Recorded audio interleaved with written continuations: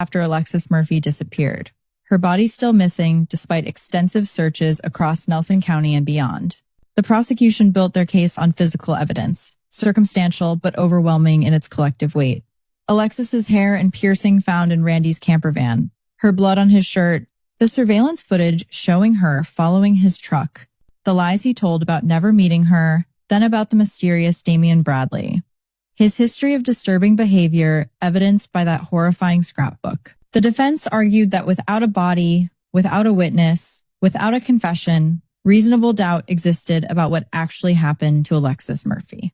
Maybe she had been in Randy's camper van briefly and left alive. Maybe someone else was responsible for her death. Maybe this was all circumstantial evidence adding up to nothing more than poor timing and bad luck. The jury deliberated for several hours on May 8th, 2014, weighing the evidence, examining the photographs, reviewing the testimony.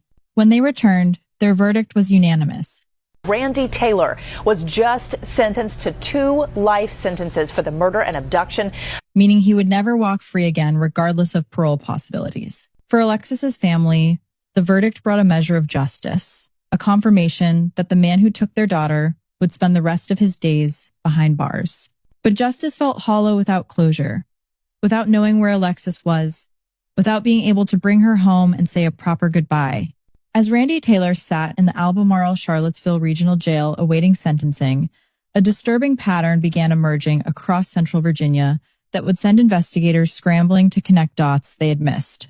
Alexis Murphy was not the only young woman to disappear from the Route 29 corridor. Morgan Harrington, a 20-year-old Virginia Tech student, vanished in October 2009 after attending a concert in Charlottesville.